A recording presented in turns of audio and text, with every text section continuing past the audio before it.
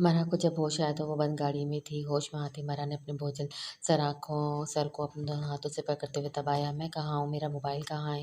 मरा ने गाड़ी में इधर-उधर देखते हुए गाड़ी के शीशे से बाहर देखा। बाहर हर तरफ अंधेरा ही कुछ था, कुछ नज़र नहीं आ रहा था। मरा के दाएँ जानिब ऊँचे-ऊँचे दरख्त थे, हर तरफ खामोशी थी। ये सब देखते हुए मरा डर गई थी। इसे समझ नहीं आती कि वो क्या करे?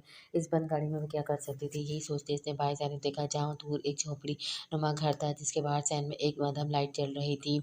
अभी मैं ये देख रही थी कि इसका हाथ गाड़ी के दरवाजे के लॉक पर गया। गाड़ी का लॉक खुला था, शायद इसलिए कि वहाँ कोई ऐसी जगह ही नहीं थी कि मरा भाग सकती, इसलिए गाड़ी को लॉक नहीं किया गया था। लेकिन मरा को एक उम्मीद की किरण नज़र आई थी। वो ये जान चुकी थी कि अगवा हो गई है और ये सब किसने किया, क्योंकि इसे समझ नहीं आ रहा था। मरा ने गहरा सांस लिया। लोगों के हुजूम से डरने वाली सड़क क्रॉसने से डरने वाली मरा आज खुद को इस कैद से बचाने की कोशिश कर रही थी। घबराते हुए खौफ से मरा के हाथ काँप रहे थे। अपने काँपते हाथों से मरा ने बगैर आवाज़ की गाड़ी का दरवाज़ा खोला। हलक उतर करते हुए जो डर से खुश पड़ा था, मरा ने गाड़ी से बाहर पाँव रखा था। गाड़ी से बाहर निकलते ही मरा ने जब अपने चारों तरफ देखा तो कोई नहीं था। ये सब देखते हुए मरा फ़ौरन दाएँ जाने पड़ी, जहाँ दरख्त थे जो एक जंगल का तासुर दे रहे थे। फूलते हुए साँस के साथ मरा जैसी गाड़ी से 3-4 फीट के फासले पर पहुँच पाई थी कि किसी ने आकर मरा को पीछे से पकड़ते हुए ऐसे अपने मज़बूत हाथों की गिरफ्त में ले लिया। "छोड़ो, मुझे जाने दो।" मरा इसके हाथों को मज़बूत गिरफ्त से खुद को छुड़ाते हुए कोशिश करती है, लेकिन गिरफ्त इतनी मज़बूत थी कि मरा की हर का कोशिश नाकाम हो रही थी। अपने फूलते साँस के साथ मरा ने इन मज़बूत हाथों पर अपने दाँत काटते हुए खुद को इस मज़बूत हाथों की गिरफ्त से आज़ाद करते तेज़ी से भागती आगे को बढ़ी थी। लेकिन मरा की ये कोशिश भी नाकाम हो गई जब किसी भारी चीज़ से इसके सर पर आकर लगी और मरा वहीं बेहोश होकर गिर गई थी। उठा के ले जाओ इसे, कमरे में बहुत फड़फड़ा रही है, जब सुकून से खुद भी रहेगी और हमें भी तंग नहीं करेगी। दूसरी तरफ से आते ही मज़बूत जिसामत के आदमी ने कहा, जिससे पहले से मरा का पीछे करने वाले आदमी ने आगे बढ़कर मरा को उठाया, ऐसी झोपड़ी के पास से कमरे में ले गया था। जी सरकार, काम हो गया, बस आप आगे का बता दें क्या करना है। इस आदमी ने किसी से कॉल पर बात की थी। ये बात मुकम्मल होने के बाद फ़ोन को बंद करके झोपड़ी की तरफ चला गया था। मरा की जब आँख खुली तो वो एक बंद कमरे में ज़मीन पे बेसुध पड़ी थी। इसके सर से खून निकलकर गर्दन पे फैलकर जम चुका था। न जाने वो कब से बेहोश पड़ी थी, इसे खुद भी एहसास नहीं हुआ था। आँख खुलते ही इसे याद आया कि वो आखिरकार वो किसी मजबूत के गिरफ्त में फड़फड़ा रही थी और फरार होने की कोशिश कर रही थी। खुद को छुड़ाने के लिए इसने मज़म्मत की, लेकिन वो खुद को छुड़ा नहीं पाई थी। आखिर वो मजबूत हाथों की गिरफ्त में अपने दाँत गाड़े हुए फरार होने में कामयाब हो गई थी। इसने वहाँ से भागने की कोशिश की थी, लेकिन इस जगह से निकलना इसे आसान काम नहीं लग रहा था। इसकी हर कोशिश नाकाम हो रही थी। जब भागते हुए ऐन इसी वक़्त इसके सर के पिछले हिस्से पे किसी ने लोहे के रॉड से इसे वार किया था। इसने अपने चिकराते सिर को दोनों हाथों से थामा, आँखों के सामने अंधेरा सा छाने लगा था। वो लड़खड़ाते हुए ज़मीन पे गिर गई थी। ये सब याद करते हुए फिर से काँप गई थी। इसके सर पे उठती टीसों से अभी भी अपना सर घूमता हुआ महसूस हो रहा था। "कौन हो तुम लोग? मुझे यहाँ से निकालो। क्या चाहते हो? क्यों मुझे यहाँ लेकर आए हो? प्लीज़ मुझे जाने दो।" वो रो-रो के फरियाद कर रही थी, लेकिन इस बंद कमरे में हर तरफ अंधेरा छाया हुआ था और उसकी आवाज़ सुनने वाला कोई नहीं था। रोशनी भी खिड़की से बाहर बमुश्किल अंदर आ रही थी। मरा कमरे के दरवाजे को पीटते हुए रो रही थी, रहम की भीख माँग रही थी, लेकिन बाहर बैठे वहशी लोग, इंसानियत से खाली लोग, उनको मरा की किसी तकलीफ़ का एहसास नहीं था। मरा रोते हुए अब थक गई थी, इसका सर भारी हो रहा था। मरा ने अपनी गर्दन पर हाथ रखा, जहाँ इसे किसी गरमाइश का एहसास हुआ। हाथ रखते ही मरा का हाथ खून से भर गया था। सर के पिछले हिस्से से दोबारा खून निकलना शुरू हो गया था। "कहाँ हैं सब? बाबा जान, हसन भाई, मुझे यहाँ से निकालें।" मरा ने रोते हुए अपने हाथ पे लगे खून को देखा और वहीं दरवाजे के पास ज़मीन पे घुटनों के बल बैठ गई थी। यहाँ इसकी कोई फरियाद सुनने वाला नहीं था। फिर आलम अभी अजमान को कुछ चैन नहीं आ रहा था कि राना शमशाद अंदर आ गया था। अजमान अपने बाबा जान को देखकर जो पहले मुस्कुराई थी, संजीदा हो गई थी। "अब मेरी बेटी कैसी है डॉक्टर साहब?" राना शमशाद ने फिर आलम को देखते हुए कहा।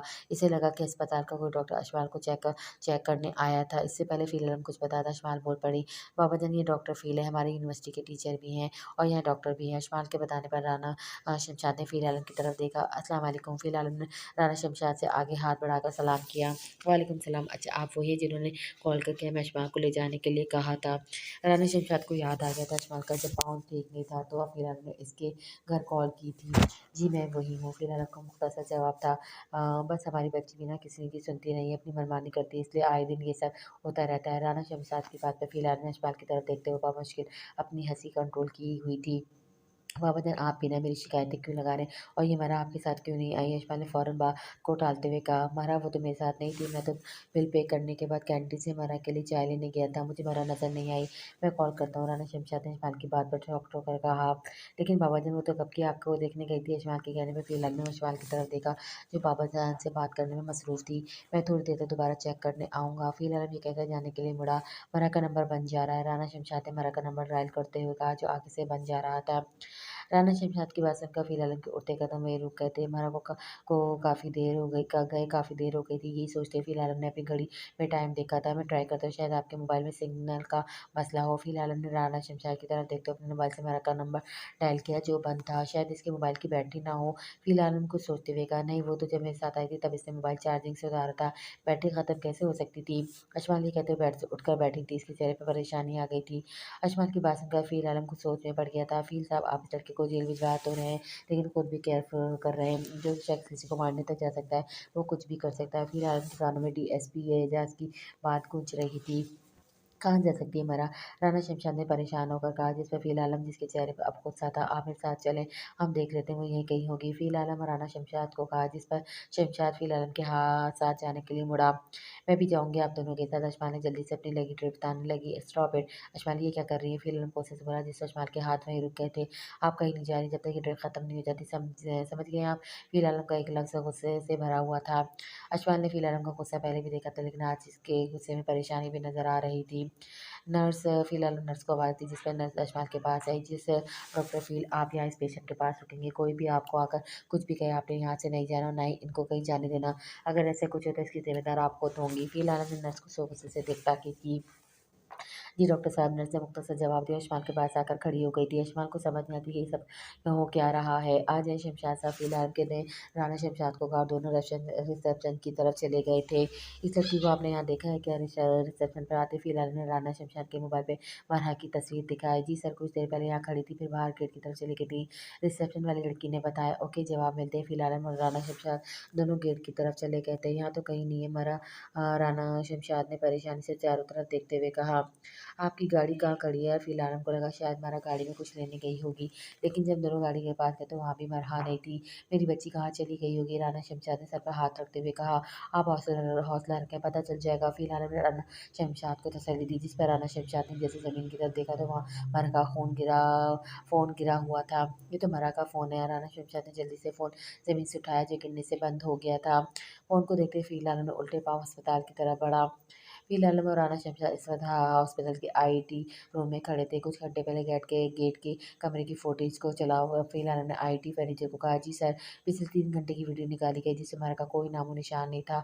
ये कैसे मुमकिन है? कोई वीडियो ही नहीं है। फ़िलहाल वीडियो को रिवर्स करके देख रहा था।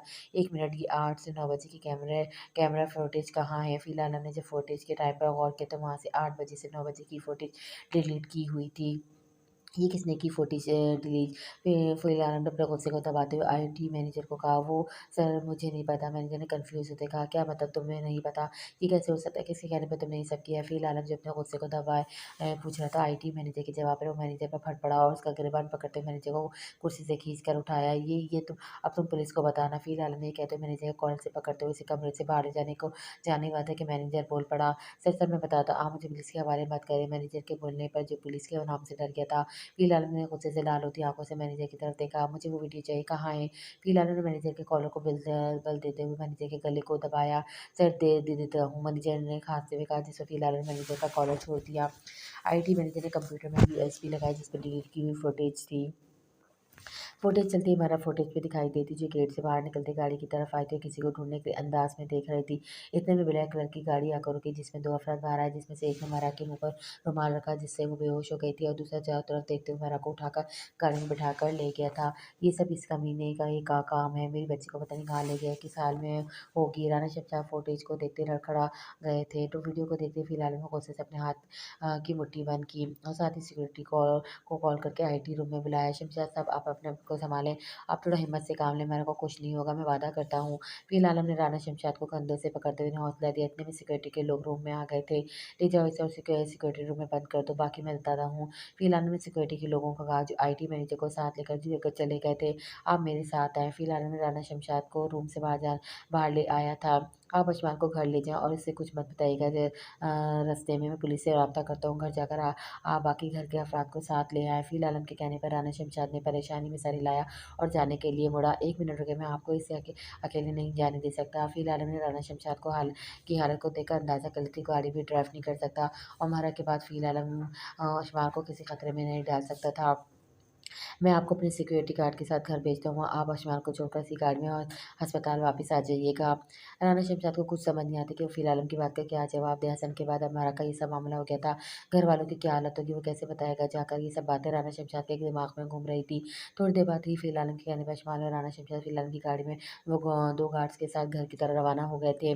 बाबा जान, आप मुझे बताया क्यों नहीं रहे, पनाह का है, मैं आपसे कब से पूछ रही हूँ। आयुष्मान गाड़ी में बैठे राना शमशाद से बार-बार पूछी थी, लेकिन राना शमशाद ने फ़िलहाल के कहने के मुताबिक इसे कुछ नहीं बताया था, वो खामोश था। गाड़ी राजपूत हाउस के बाहर जाकर रुक गई थी। बाबाजान, मुझे बताएँ कहाँ है मरा, वो हमारे साथ क्यों नहीं आई? अशफाक ने गाड़ी को रोकते ही राना शमशाद का हाथ पकड़ते उसे गाड़ी से बाहर निकलने से रोका।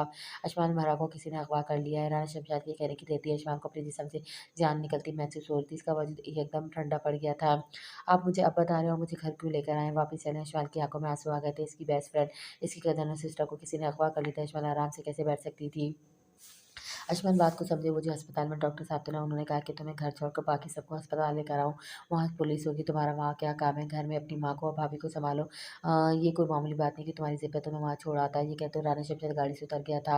अशमान की आंखों से आंसू रुक नहीं रहे थे, वो भी सब बातें सुनते हुए अपने बाबा जान के पीछे घर के अंदर दाखिल हो गई थी।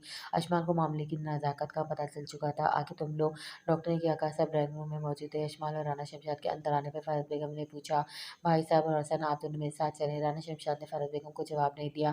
क्या मतलब, कहाँ जाना है? हसन ने अशफाक की तरफ देखा जिसके चेहरे पर आंसू गिर रहे थे और वो हाथ बांधे खड़ी थी। शमशाद, क्या हुआ, बता क्यों नहीं रहे हो? तुम दोनों आए आए हो मरहा का? शमशाद ने दोनों की तरफ देखते हुए कहा। ताऊ जी, वो मरहा को, अशमान रोते हुए आगे को बढ़ी और अपनी माँ के गले लग गई थी। मरहा को किसी ने अगवा कर लिया, अस्पताल से बाहर, हमें जल्दी अस्पताल के लिए निकलना है। शमशाद ने सबकी तरफ देखते हुए कहा, अहे अल्लाह, मेरी बच्ची के साथ किसने किया, किसने ये किया? शमशाद की बात सुनते ही राबिया बेगम जो खड़ी थी सोफे पे गिर गई। भाभी, दाई जी। शमाल और फारूक बेगम ने आगे बढ़कर राबिया बेगम को पकड़ा। ये इसी घटिया इंसान ने किया होगा जो यहाँ धमकी देकर गया था। मैंने आपको कहा था कि इनसे ताल्लुक ख़त्म कर दें, लेकिन आपने मेरी एक बात नहीं मानी। आप इसका नतीजा देख लें। हसन ने अपने बाबा जान की तरफ देखते कहा, जो वो शौक में खड़े थे। हसन, ये वक्त इन बातों का नहीं है। अस्पताल के इंचार्ज ने पुलिस को कॉल कर दिया और हमें वहाँ जल्द आने का कहा है। हमें निकलना है। राना शमशाद की बात सुनकर हसन और शमशुद्दीन तीनों बाहर गाड़ी में पे जाकर बैठ गए थे और गाड़ी अस्पताल की तरफ रवाना हुई थी। फिलहाल हमने कॉल करके हरम को भी बुला लिया था। अस्पताल में डीएसपी एजाज साहब के साथ इसका बेटा मुर्तज़ा भी मौजूद था। जब राना शम्स, हसन और शमशाद दोनों अस्पताल पहुंच चुके थे। क्या बना, कुछ पता चला? मेरी बेटी का राना शम्स ने आते एजाज साहब से पूछा।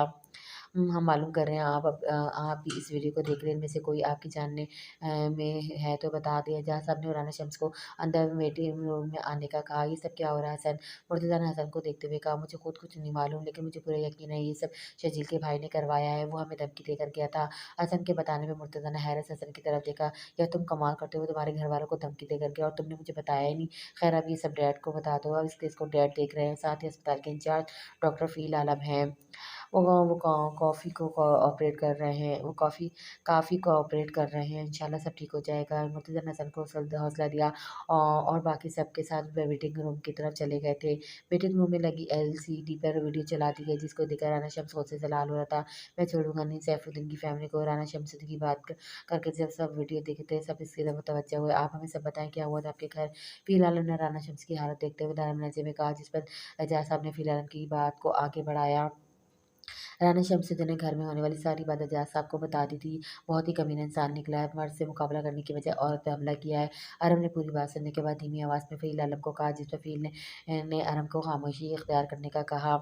इस गाड़ी की कोई नंबर प्लेट नहीं है, अब गाड़ी के ज़रिए हम इन तक नहीं पहुँच सकते, लेकिन हमने हर जगह नाका लगवा दिया और दूर-दूर तक जगहों पर भी तलाशी शुरू कर दी है। एजाज साहब ने सबको सूरत-ए-हाल बताते हुए कहा। लेकिन ये सब काफ़ी नहीं था। जिस हसन राना शमसुद्दीन को कुछ समझ नहीं आई थी कि वो क्या करे, कैसे पुलिस वालों की मदद करे। आप मेरे साथ 1 मिनट बाहर आएँ। फ़िलहाल ने सब कुछ सुनने के बाद कुछ देर सोचा और फिर राना शमसुद्दीन को बाहर आने का कहा। फ़िर आलम आराम और राना शमसुद्दीन तीनों अब बाहर खड़े थे। आपकी बेटी को कुछ नहीं होगा, इसके लिए हमें आपका ताउन चाहिए। बस पुलिस अपना काम कर रही है, मुजरिम को हम पकड़ लेंगे। फ़िर आलम ने राना शम्स की तरफ देखते हुए कहा, लेकिन मैंने तो सब बता दिया, और क्या चाहिए वो भी बता देता हूँ। मेरी बेटी बस वापस ज़िंदा सलामत चाहिए। राना शमसुद्दीन ने परेशानी से कहा, हमें शजील के छोटे भाई का मोबाइल नंबर चाहिए और साथ ही इसके माँ-बाप का भी। फ़िलहाल उनके कहने पे शाहाना शमसुद्दीन ने जल्दी से अपने मोबाइल फ़ोन से तीनों का नंबर निकाल कर फ़िलहाल को दे दिया था। शुक्रिया, आप अंदर चलकर बैठ जाएँ, लेकिन किसी को मत बताइएगा कि आपने हमें नंबर्स दिए हैं। अरहम ने इस बार राना शम्स को कहा, जिस पर राना शम्स बात को समझ गया था और वो वहाँ से बगैर कुछ कहे अंदर चला गया था। इसे बस अपनी बेटी मरा को ज़िंदा सलामत देखना था। अरहम, तुम्हें पता है कि तुमने क्या करना है, लेकिन को गलती ना हो। फ़िलहाल ने अरहम के कंधे पे हाथ रख के कहा, जिस पर अरहम ने मसबत में सर हिलाया और वहाँ से चला गया था। राना शमसुद्दीन दोबारा अंदर आकर बैठ गया था। आप लोगों ने जिस पे शक ज़ाहिर किया वो लोग घर पर नहीं है, उनके नंबर भी बन जा रहे हैं।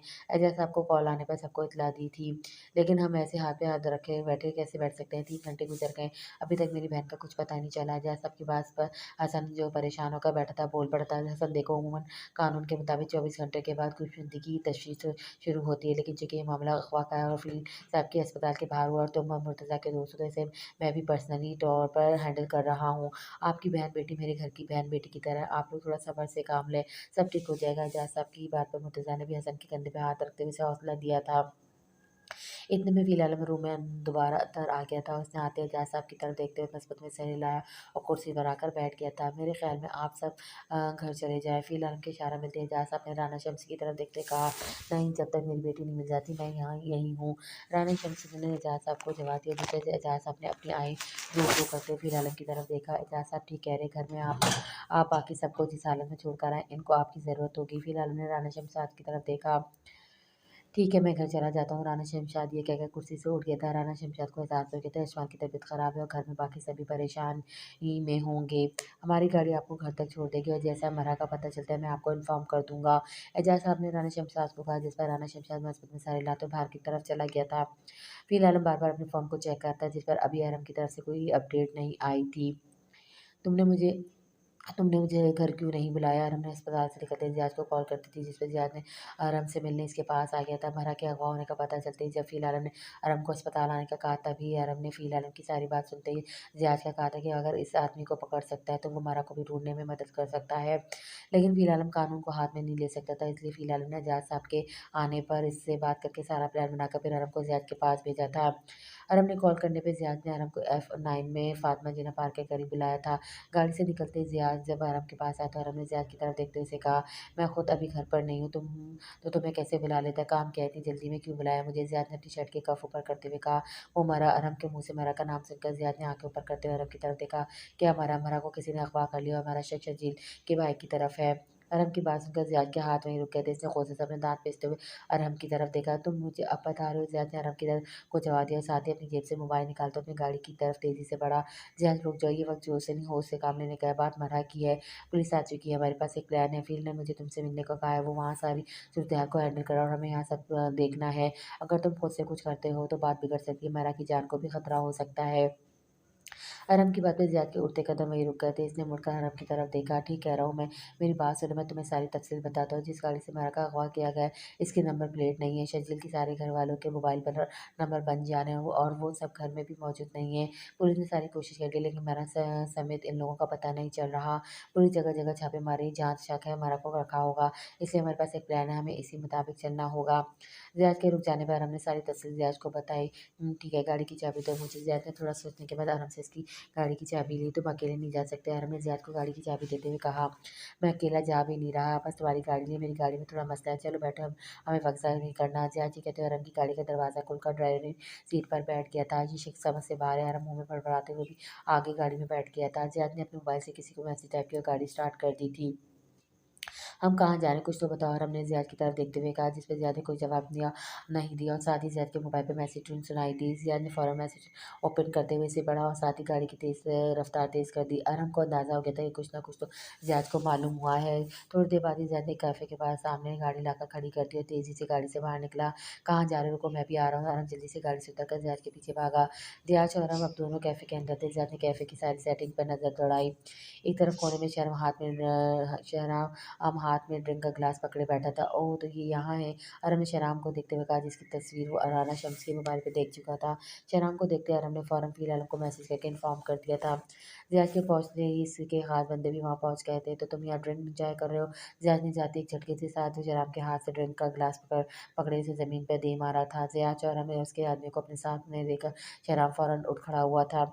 ये क्या बदतमीज़ी है? शहनाम गुस्से से बोला। तुमने अभी बदतमीज़ी देखी कहाँ है? कहा था कि तुम दूर रहना इस फैमिली से, इस लड़की से, लेकिन लगता है तुम्हें मेरी बात समझ में नहीं आई थी, इसलिए अब तुम्हारी अकल को ठिकाने लगाने आया हूँ, तुम्हारे साथ थोड़ी मेहमान नवाज़ी करने आया हूँ। ज़ियाद ने कहते हुए अपने बंदे को इशारा किया। वो जल्दी से आगे बढ़े और शहराम को दोनों बाजू से पकड़ा। सिक्योरिटी सिक्योरिटी शहराम इन आदमी को गिरफ्त से खुद को छुड़ाने की कोशिश करते सिक्योरिटी को आवाज़ दे रहा था। अफ़सोस तुम्हारी यहाँ कोई सुनने वाला नहीं, क्योंकि तुम जिस कैफ़े में मौजूद है इसका ऑनर मैं हूँ। ज़ियाद के कहने पे अरहम ने चौंक कर ज़ियाद की तरफ देखा। ले चलो यहाँ से इसे इसकी खातिरदारी करो, मैं आ रहा हूँ वहीं।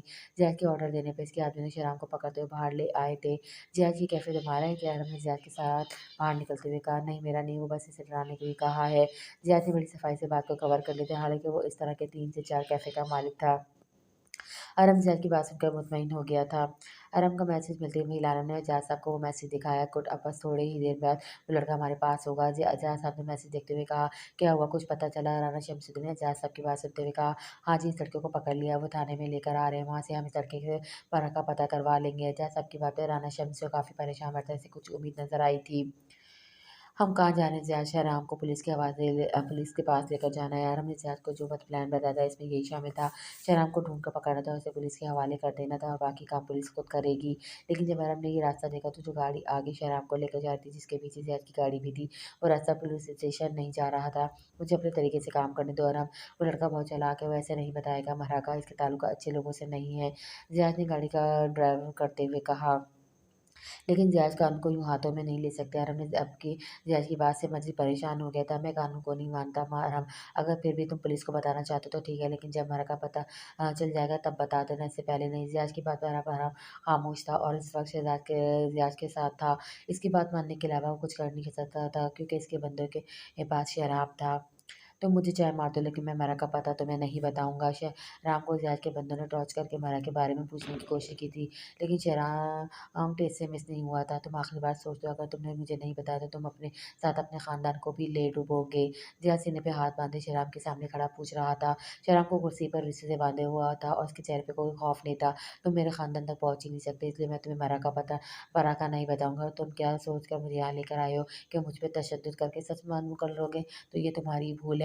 और हाँ, मेरी भी एक भूल थी कि मैं मेरा और एक मासूम मासूम और शरीफ लड़की समझता था, लेकिन तुम दोनों को देखकर लग रहा है कि वो कितनी चालू लड़की है, जिसने दो दो अपने बॉयफ्रेंड बनाए हुए हैं। शहराम के मुंह से बात निकलने की देर थी, ज़ियाद ने गुस्से से शहराम के मुंह पे मुक्का दे मारा। तुम एक घटिया सोच के इंसान हो, तुम्हारी जरूरत कैसी हो जो मेरा के बारे में ऐसे अल्फाज इस्तेमाल किए हों? ज़ियाद बोलते हुए शहराम पर एक मौके के बाद दूसरा वार कर रहा था। शहराम के मुंह से अब खून निकलना शुरू हो गया था। आरम को भी शहराम की बात पर गुस्सा आया था, इससे अपने गुस्से को ज़ब्त करते ज़ियाद को रोका। रुक जाओ ज़ियाद, ऐसी घटिया इंसान को मारकर अपने हाथ गंदे मत करो। आरम ने ज़ियाद को कंधे से पकड़ते हुए पूरे ज़ोर से पीछे किया था। मैं अब तुम्हें बताता हूँ, तुम्हें अपनी एक ही बात का जवाब अब देना होगा। मैंने सोचा था कि तुम आराम से बता दोगे, लेकिन नहीं लगता, अब तुम्हारे साथ तुम्हारी ज़बान में ही बात करनी होगी। ज़ियाद ने अपने हाथ पे लगे खून को रुमाल से साफ करते जेब से मोबाइल निकाला और इसे ऑन करते शराब की तरफ किया, जिस पर एक वीडियो चली थी, जिसे देखते ही शराब जो मार खाने के बाद भी इसके चेहरे पर शातराना मुस्कुराहट थी, एकदम गायब हो गई थी।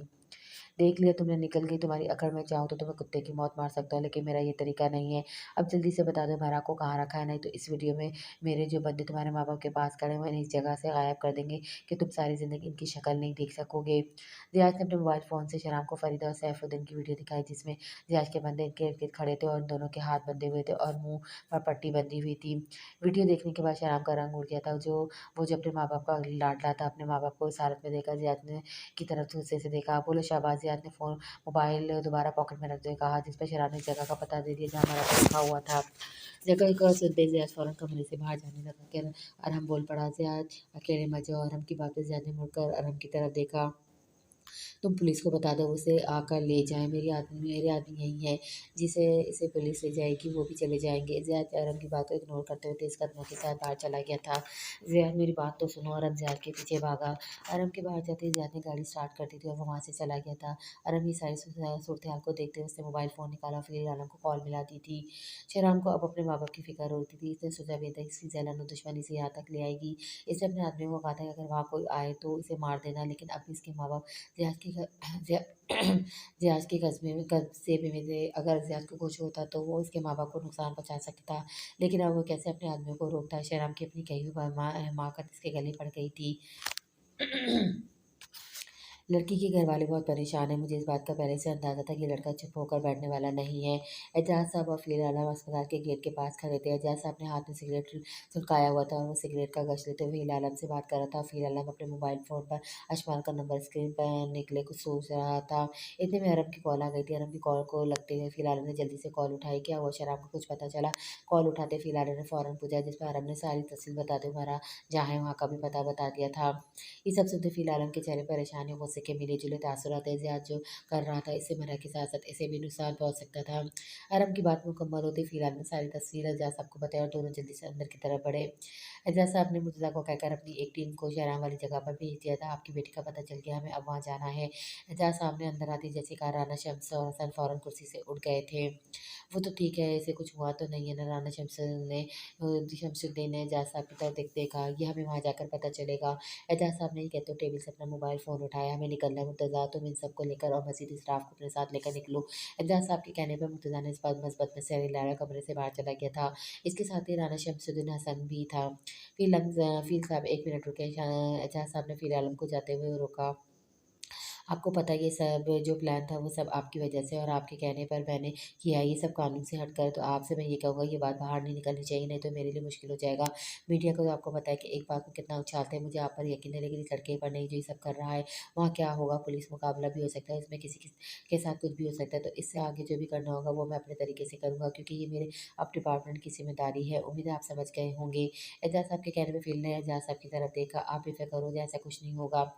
हमें इस लड़की की वो को जल्दी तलाश करना था, तो ये शॉर्ट रास्ता था, बाकी मैं कानून जानता हूँ। फिर आलम की बात पे एजाज़ साहब ने फ़िल के कंधे पर हाथ रखा। चलें फिर। एजाज़ साहब और फ़िल आलम अब दोनों अरब की बताई हुई जगह पर जाने के लिए निकल गए थे। ज़िया शराब की बताई हुई जगह पर पहुँच चुका था। हर तरफ अंधेरा था, दूर-दूर तक से कुछ दिखाई नहीं दे रहा था, हर तरफ खामोशी थी। ज़ियाद ने गाड़ी को साइड पे खड़ा किया और अपनी सीधी से चलने लगा, लेकिन इसे कहीं भी कोई ऐसी जगह नज़र नहीं आई जहाँ हमारा को रखा हो। अपने चारों तरफ देखते ज़ियाद ने गहरा साँस लिया, दोबारा गाड़ी की तरफ जैसे मुड़ा, इससे अपनी गाड़ी के पिछली जानब से दूर से धुआँ निकलता हुआ नज़र आया। ये देखते हुए ज़ियाद जल्दी से इस तरफ बढ़ा। खाकदार झाड़ियों से होते हुए इसे अपने सामने एक छोटी झोपड़ी नज़र आई, जिसके बाहर चौड़ी जसामत वाला आदमी आग जलाकर बैठा हुआ था। ज़ियाद के पास कोई हथियार नहीं था, ना पिस्टल थी, ना ही कुछ और। इस आदमी के पीछे झोपड़ी के कमरे के बाहर ज़ियाद ने ताला लगा देखा। ज़ियाद को कन्फर्म हो गया था कि हमारा इसी कमरे में है, क्योंकि दरवाजे को बाहर से बंद करके ताला लगाया हुआ था। ये सब देखते हुए ज़ियाद ने अपने इर्द-गिर्द देखा, जहाँ सिर्फ़ खाकदार झाड़ियाँ थी। कुछ देर अपने गिर्द ढूँढते हुए ज़ियाद को सामने दरख़्त का मोटा पुश्तैना नज़र आया, जो शायद जलाने के लिए रखा हुआ था। इसे देखते ज़ियाद इसकी तरफ बढ़ा, उसने तने को उठाते हुए वो दबे पाँव से इसके आदमी की तरफ बढ़ते हुए ज़ियाद इसकी पुष्ट की तरफ आया, उसने इसे मजबूत तने से इस आदमी के सर के पिछले हिस्से पर ज़ोर से प्रहार किया। सर के पिछले हिस्से पर वार होते हुए आदमी वहीं कुर्सी से नीचे गिर गया था। इसने उठने की कोशिश की, लेकिन वो ज़मीन से खुद को उठा ना सका था। ज़ियाद ने ये देखते हुए जल्दी से इसकी पॉकेट से कमरे के ताले की चाबी निकाली और दरवाजे की तरफ बढ़ा। ताला खुलते ही ज़ियाद ने जब कमरे का दरवाज़ा खोला, तो इसके सामने ज़मीन पर मरहम खुद को समेट कर बैठी हुई थी। मरहम, ज़ियाद की आवाज़ सुनते ही मरहम ने फ़ौरन अपना सर उठाकर दरवाजे की तरफ देखा। मरहम, तुम ठीक तो हो ना? कुछ हुआ तो नहीं तुम्हें? ज़ियाद ने मरहम के चेहरे को अपने दोनों हाथों में लेते हुए कहा, जिसमें मरहम की आँखें में आँसू आ गए थे। मुझे घर जाना है, मरहम ने रोते हुए कहा, जिस पर ज़ियाद ने मरहम के चेहरे पे आँसू साफ किए। सिर्फ़ एक दिन तुम पर मैंने नज़र नहीं रखी और तुमने देखो देखो क्या कर लिया अपने साथ। ज़ियाद ने से मरहम के आँसू नहीं देखे जाते और साथ ही इसके सर से निकला खून भी। मरहम ज़ियाद की तरफ देख रही थी, जो अपनी जान की परवाह किए बगैर इसके सामने बैठा था। उठो जल्दी करो, हमें यहाँ से निकलना है, वक़्त ज़ाया नहीं करना है। ज़ियाद ने अब आगे बढ़ते हुए मरहम के दोनों कंधों से पकड़ते हुए कहा और अपना कोट उतार कर मरहम के कंधों पर डाला, जिस पर मरहम फ़ौरन उठी। ज़ियाद के हाथ में मरहम का हाथ था, जिसे इसने मज़बूती से पकड़ा हुआ था। ज़ियाद जैसे ही मरहम को लेकर कमरे से बाहर आया, इसके सामने शहराम के 3 आदमी खड़े थे, जिनके हाथ में पिस्टल थी। तुम्हारी इतनी हिम्मत, पकड़ लो दोनों को। बॉस ने कहा था अगर कोई यहाँ आए तो उसे मार देना, लड़की को कमरे में बंद कर दो, उसको तो हमारे हाथों मरना है। इसमें से एक आदमी आगे को बढ़ा। अपने करीब आते आदमी को देखते महाराज, जिसकी आंखों में खौफ था, ज़ियाद के पीछे होते हुए उसने ज़ियाद की शर्ट को मजबूती से पकड़ा। मरा, तुम जाओ यहाँ से, मैं देख लूँगा इन्हें। झाड़ी के थोड़ा पीछे कर गाड़ी खड़ी और चाबी मेरे कोट की पॉकेट में है, जाओ। ज़ियाद ने थोड़ी गर्दन मोड़कर मरा को धीमे लहजे में कहा, नहीं, नहीं, मैं आपको छोड़कर नहीं जाऊँगी, इनके पास पिस्टल है। मरहम ने काँपती आवाज़ में कहा, मरहम मेरी बात मानो, जाओ यहाँ से, पुलिस आने वाली होगी, जाओ और पीछे मुड़कर मत देखना। ज़ियाद ने दोबारा कहते हुए अपने हाथ में पकड़ा हुआ मरहम का हाथ छोड़ दिया था।